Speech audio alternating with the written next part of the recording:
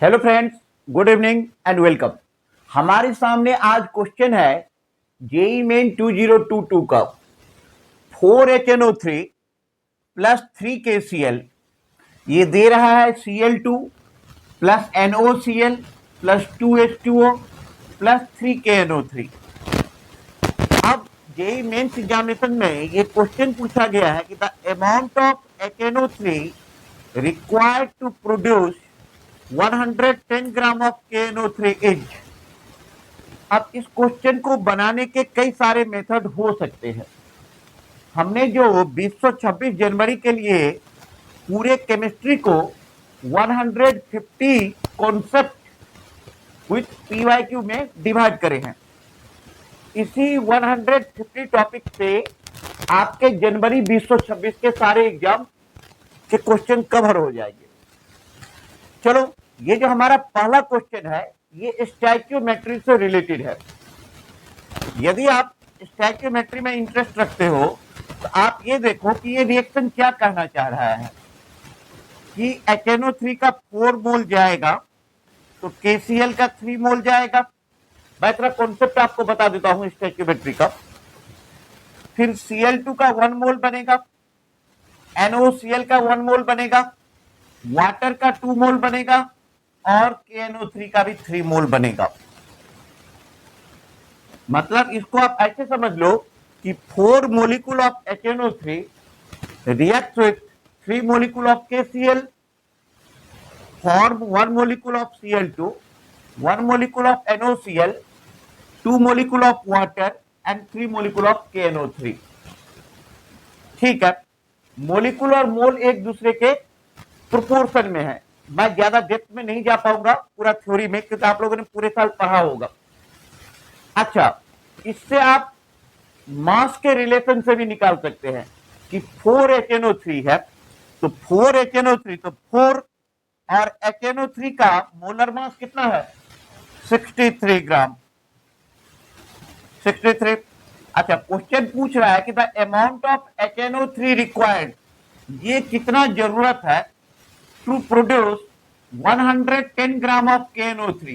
KNO3 के 110 ग्राम को produce करने के लिए तो 4 इंटू 63 ग्राम HNO3, इससे प्रोड्यूस होगा आपको 3। यदि आप KNO3 के बारे में बात करें तो 3 इंटू KNO3 का मोलर मास निकाल लो आप। पोटेशियम का 39.1, नाइट्रोजन का 14 और ऑक्सीजन का 43, O3 है तो आपका कितना आ रहा है 101 के करीब आ जाएगा।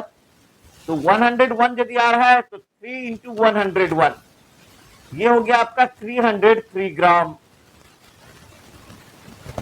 और इसको यदि आप कैलकुलेट करते हैं तो ये आ रहा है आपका 252 ग्राम। इसका मतलब ये हो गया कि KNO3 का 303 ग्राम प्रोड्यूस होने के लिए HNO3 का 252 ग्राम यूज हो रहा है। तो इसके 1 ग्राम प्रोड्यूस होने के लिए इसका कितना यूज होगा 252 अपॉन 303। अब क्वेश्चन पूछ रहा है कि 110 ग्राम, तो इसके 110 ग्राम प्रोड्यूस होने के लिए HNO3 कितना लग जाएगा 252 अपॉन 303 इंटू 250 सॉरी इंटू 110।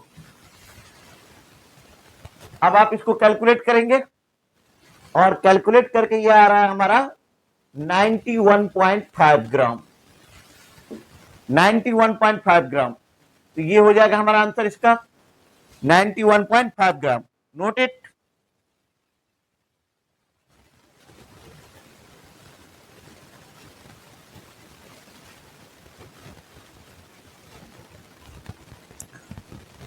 बच्चों, इस टाइप का क्वेश्चन यदि कुछ भी आता है तो इसके सॉल्व करने के लिए मैं यहां पे एक मेथड बता रहा हूं कि जैसे हमारे पास है 2H2 प्लस O2।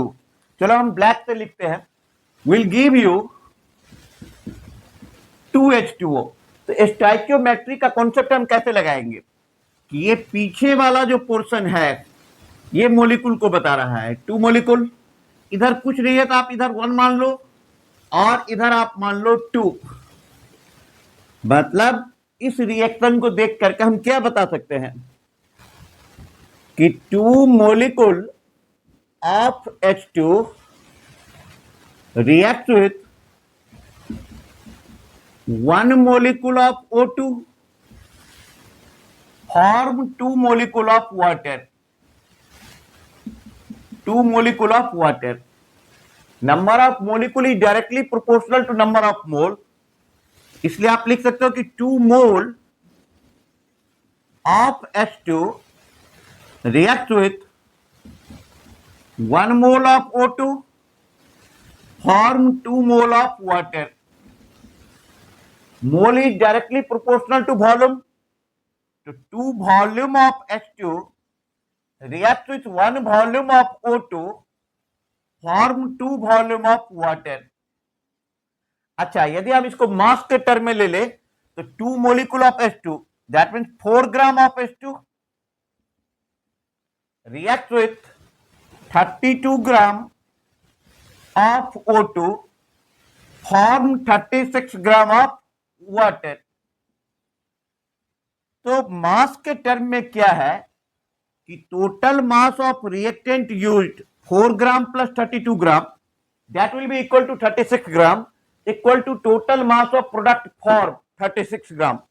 तो टोटल मास जो रिएक्टेंट का यूज हो रहा है उतना ही मास प्रोडक्ट का बन रहा है। दैट मीन्स व्हाट कि किसी भी रिएक्शन के दौरान मास क्या रहता है, कंजर्व रहता है। तो मास के सेंस में आप जब भी बात करोगे तो आप एडिशन देखेंगे, लेकिन मास के अलावे मोलिक्यूल हो, मोल हो, वॉल्यूम हो तो आपको रेशियो एंड प्रोपोर्शन देखना पड़ेगा। अब इसी पे मैं जेईई मेन का वो पीआईक्यू लेने जा रहा हूं जिसमें स्टोइकियोमेट्री के साथ यदि परसेंटेज यील्ड लगा दे, मैक्सिमम बच्चे यहीं पे फंसते हैं, तो मैं बता रहा हूं कि उसको करना क्या है। आप नोट कर लो इसे।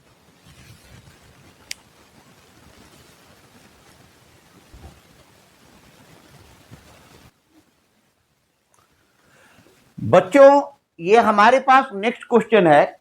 इसमें क्या है कि स्टोइकियोमेट्री के साथ परसेंटेज यील्ड लगा हुआ है और 70% स्टूडेंट जो जेईई मेन में गलती करता है वो क्या करता है कि बिना लिमिटिंग रिएजेंट का ही आंसर निकालने का प्रयास करता है। सबसे पहले आपको लिमिटिंग रिएजेंट फाइंड करना पड़ेगा कि लिमिटिंग रिएजेंट आखिर है कौन सा। अब इस क्वेश्चन को देखो तो बैलेंसिंग के हिसाब से देखें तो ये जो बेंजोइल क्लोराइड है, ठीक है, ये डाइफिनाइल एमाइड से रिएक्शन कर रहा है और ये एमाइड बन रहा है। क्या बन रहा है? एमाइड बन रहा है। रिएक्शन को देख करके आप बता सकते हो कि बेंजोइल क्लोराइड का 1 मोल या 1 मोलिक्यूल इसके 1 मोलिक्यूल से रिएक्शन करके इसका 1 मोलिक्यूल दे रहा है। ठीक है, ये हमारा हो गया कि मतलब ऑब्जर्वेशन। लेकिन एक्चुअल वैल्यू क्या है कि इसका आ रहा है 0.140 ग्राम। इसको मोल में कन्वर्ट कर दो तो 0.140 बाय बेंजोइल क्लोराइड का मोलिकुलर मास ले लो 140.5। इसको कट कर दो तो लगभग में अप्रॉक्स 10⁻³ मोल आ रहा है। ठीक, अब आप इसका मोल निकालिए तो 0.388 ग्राम ये जो डायमीन के फॉर्म में है और इसका मोलर मास 169 आ जाएगा। इसको आप क्रॉस कर दो, कट करो तो ये आ जाएगा 2.29 इंटू 10⁻³ मोल। जो मैक्सिमम स्टूडेंट गलती कर रहे हैं जेईई मेन में, विदाउट फाइंडिंग लिमिटिंग रिएजेंट आप आंसर निकालने चले हो, कैसे निकाल पाओगे? अब आप देखो इसका 1 मोल जा रहा है तो इसका भी 1 मोल जा रहा है। अब इसके पास मोल कितना है 10⁻³ और इसके पास कितना है 2.29 इंटू 10⁻³। दैट मीन्स व्हाट कि इसके पास ज्यादा मोल है और इसके पास कम मोल है। तो ये जो बेंजोइल क्लोराइड है ये हो जाएगा लिमिटिंग रेजेंट, और यही डिसाइडिंग फैक्टर होगा प्रोडक्ट का। तो लिमिटिंग रेजेंट इसमें कौन हो रहा है, ये कि मतलब इसका 10 टू द पावर -3 मोल जाएगा, तो इसका भी 10 टू द पावर -3 जाएगा, तो इसका 10 टू द पावर -3 बनेगा। तो सबसे पहले यहां पर ये क्लियर हो गया कि ये हो गया आपका लिमिटिंग रेजेंट और ये हो गया आपका एक्सेसिव रेजेंट। अब आप जो प्रोडक्ट का मास निकालोगे वो लिमिटिंग रेजेंट के हिसाब से, ठीक है। तो मैं यहां पे बोर्ड साफ कर रहा हूं।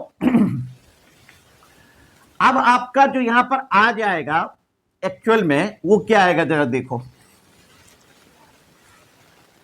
यदि आप मोलर मास के हिसाब से देखो तो पहले ही हमने लिमिटिंग रेजेंट फाइंड कर लिया है, तो इसका 140.5 ग्राम रिएक्ट करता है, तो इधर इसका दे रहा है 273 ग्राम।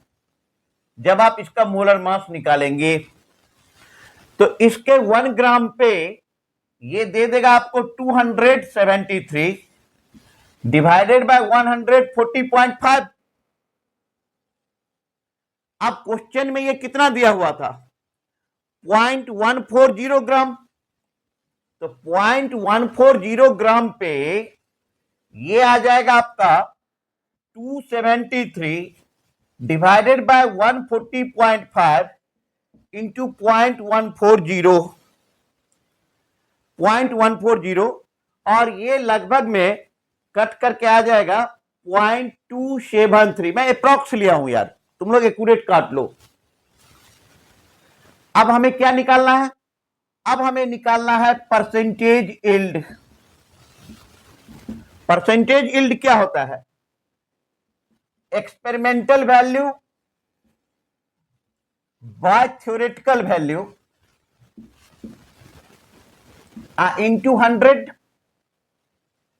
तो एक्सपेरिमेंटल वैल्यू यहां पे कितना आ रहा है, एक्सपेरिमेंटल वैल्यू आ रहा है जो यहां पे दिया गया था क्वेश्चन में 0.210, बाय थ्योरेटिकल वैल्यू आ रहा है 0.273 इंटू 100।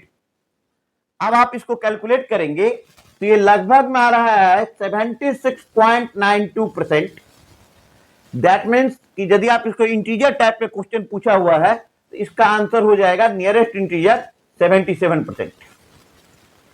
तो ये स्टोइकियोमेट्री का एक कॉम्प्लेक्स टाइप है जिसको हमें इस टाइप से सुलझाना है। पूरे केमिस्ट्री को हमने 150 कॉन्सेप्ट में डिवाइड कर दिया जेईई मेन 2026 के लिए, ठीक है। जो एवरेज बच्चा है वो नहीं कर पाएगा, जो सीरियस बच्चा है वही इस वीडियो को देखे, वही उसको फॉलो करे और उसी का 100% आएगा। चलो नोट करो।